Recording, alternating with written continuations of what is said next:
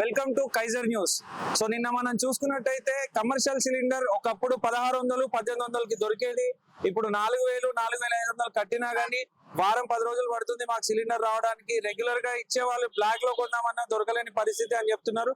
So ఇప్పుడు మనం చూసుకున్నట్టయితే బేగంపేటలో ఆటోలు ఎల్పిజి గ్యాస్ కోసం ఈ రేంజ్ లో ఆటోలు లైన్ కట్టేసి ఉన్నాయి. సో వీళ్ళు గంటల తరబడి ఆటోలు లైన్ లో నిలబడిన సిచ్యువేషన్ మనం చూస్తున్నాం. ఒక దగ్గర ఒక రేటు, ఇంకో దగ్గర ఒక రేటు, అంటే సిచ్యువేషన్ ని డిమాండ్ చేసుకొని సిచ్యువేషన్ ని పట్టుకొని వీళ్ళు రేట్ ని పెంచడము, తర్వాత వీళ్ళకి గిట్టుబాటు ధర రాకపోవడం కూడా జరుగుతుందని చెప్పేసి ఆటో వాళ్ళు చెప్తున్న పరిస్థితిని మనం చూస్తున్నాం. సో వాళ్ళ మాటల్లోనే కనుక్కుందాం సిచ్యువేషన్ ఎట్లుంది, ఏం కథ అనేది. అన్న నమస్తే అన్న, ఇప్పుడు ఈ లైన్ లో మీరు ఎప్పటి నుంచి నిల్చున్నారు? గంటన్నర అవుతుంది. ఎల్పిజి షార్టేజ్ వల్ల సో ఇప్పుడు రేట్ ఏమైనా పెరిగినాయా? ఎక్కడెక్కడ ఎట్లా ఉన్నాయి రేట్లు? ఒక్కొక్క రేట్ ఉంది. 37 ఉంది, 32 ఉంది, 90 రూపీస్ ఉంది ఒక్కొక్క వేళ. సో రేట్లు అయితే విపరీతంగా పెరిగిపోతా ఉన్నాయి.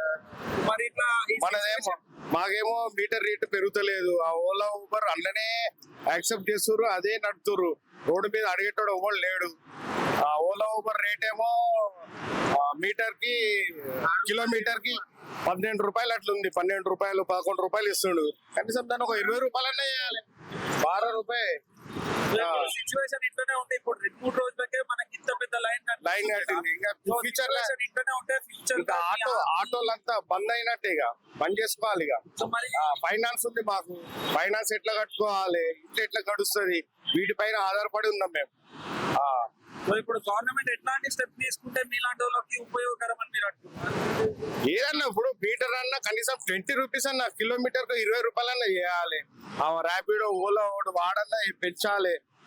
గవర్నమెంట్ ఏమన్నా చర్య తీసుకొని గ్యాస్ రేట్ అన్నా కొంచెం తగ్గించాలి. అది ఇంత రేట్ ఉన్నా కూడా దొరకట్లేదు. గంటల తరబడి ఇళ్ళ కూర్చోవాల్సి వస్తుంది. మీరు చెప్తారా? बहुत तकलीफ हो गया, मान लो बहुत तकलीफ हो गई ऑटो की तरफ से। तो बस फ्री कर रहे जब से हम लोगों को फ्री हुआ पूरा खासियारों में अभी 13 घंटे से एक सवारी नहीं मिल रही। सो गैस का शॉर्टेज चल रहा है। वो गैस का तो हर एक पंप पे एक रेट है, एक पंप पे एक रेट है। कहीं 95 है, कहीं 93 है, 95 है, फिर 57 है, कहीं एक जगह एक रेट है। क्या हिसाब है वो भी नहीं दे रहे। तो कितने देर लग रहे हैं आपने लाइन पे खड़े? तो अब सुबह से बैठे 2 घंटे 3 घंटे से बैठे हुए, निकल के चले जा रहे हैं। अब क्या करेंगे? तो बिना फिल करने से निकल जा रहे हैं। अब क्या करेंगे? अब तो रोजगारी कैसे मिलेगा? अब क्या करेंगे? अब तो ऐसा होगा ऑटो वालों की जिंदगी क्या, और कुछ नहीं। ऑटो गाड़ी चलाए तो ही घर में कुछ खाना मिलेगा। अब क्या करना? गाड़ी बिना चलाने से घर चले गए तो घर कैसे चलेगा, खाना कैसे मिलेगा? क्या करेंगे? अब सवारियां नहीं मिल रहे, क्या करेंगे? जा रहे, जाके देखते हैं आगे गैस मिलता क्या है कि, बोल के जाके सवारी मिलता। अपने 2 घंटे 3 10 रुपए बढ़ के जा रहे, मगर मिल जा रहा है तो जाके डाल लेके उसमें कारोबार कर रहे हैं। सो गवर्नमेंट कौन सा स्टेप लिए तो कैसा स्टेप लिए तो आपको आपके तकलीफ से दूर होता है? अब गवर्नमेंट गैस फ्री नहीं, फिर कुछ भी नहीं, क्या भी नहीं, गैस देना हमारे को सही तरीके से, गैस पंप पे पूरा रेट बराबर देना। गैस का एक पंप पे एक रेट अलग अलग दे रहे तो क्या होगा हमारे? कहीं अलग रेट मिल रहा, कहीं अलग रेट मिल रहा। अब 3 घंटे 4 घंटे से ठहरे हुए, अब कम रेट है बोल के यहाँ ठहरे हुए। गवर्नमेंट जरा भी सपोर्ट नहीं कर रहा ऑटो, एक बस फ्री करके परेशान कर दिया। अब सेकंड में गैस का ऐसा है।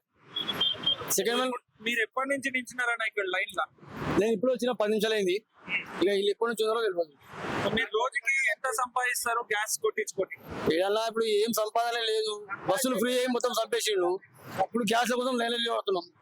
ఇక్కడ ఆటో గ్యాస్ కావాలి, మళ్ళీ ఇంటికి గ్యాస్ కోసం అలా తిరగాలి. మరి పరిస్థితి ఇట్లనే ఉంటాయి. ఇప్పుడు 2-3 రోజులకే గ్యాస్ ఆటోలు ఇంత పెద్ద లైన్ కనిపిస్తుంది. ఇది ఇట్లనే కంటిన్యూ అయ్యి మొత్తం గ్యాస్ దొరకకుంటుంటే మరి మీరు ఆటో నడవలేని పరిస్థితి. ఏం లేదు, ఆటోలు పక్క ఫైనాన్సర్ పట్టుకోపోతాడు. ఇక దొంగతనం చేయాలి, లేకుంటే వేసుకుని కావాలి, వేరే దాని లేదు. మరి మీ తరఫున మీ ఆటో యూనియన్ లాంటివి ఉంటాయి కదా, మరి మీ ఆటో యూనియన్స్ ఏమన్నా మాట్లాడుతున్నారో, ఏమన్నా అలా ఏ యూనియన్ వాళ్ళ చోటు చూసుకుంటారన్న ఆటో కోసం ఎవ్వరు ఆలోచించారు. దెబ్బతి లేదు ఆటో, ఎందుకంటే ఎవరు మధ్యలో ఓడు, ఏ పార్టీ సంబంధం లేదు. స్వయం కృషి అంటారు, సెల్ఫ్ ఎంప్లాయ్మెంట్ అట్లా అనమాట.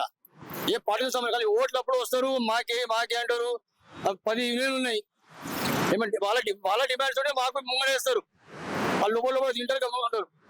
ఇప్పుడు మెయిన్ ముఖ్యమంత్రి దిక్కెళ్ళి మన రిలీఫ్ ఫండ్ రావాలి, గ్యాస్ సబ్సిడీ అని రావాలి, ఆటోలకైనా ఆదుకోవాలి. వేరే ఆప్షన్ లేదు. మరి ఎలక్షన్ల టైంలో కూడా కాంగ్రెస్ గవర్నమెంట్ చెప్పినారు కదా, ఆటో వాళ్ళకి ఇట్లా ఇస్తాము ఇట్లా చేస్తాము అని చెప్పేసి. అది మీకు కూడా తెలుసు కదా.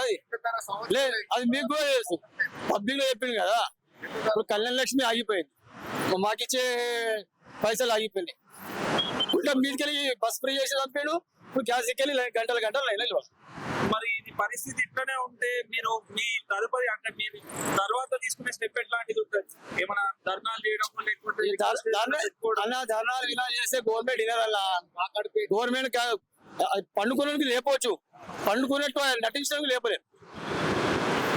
అది మేము మరి మీ ఆటో యూనియన్ తరఫున మీ ఆటో వాళ్ళ తరఫున గవర్నమెంట్ ని గట్టిగా డిమాండ్ చేయాలి లేకపోతే అడగాలంటే ఏం అడుగుతారు?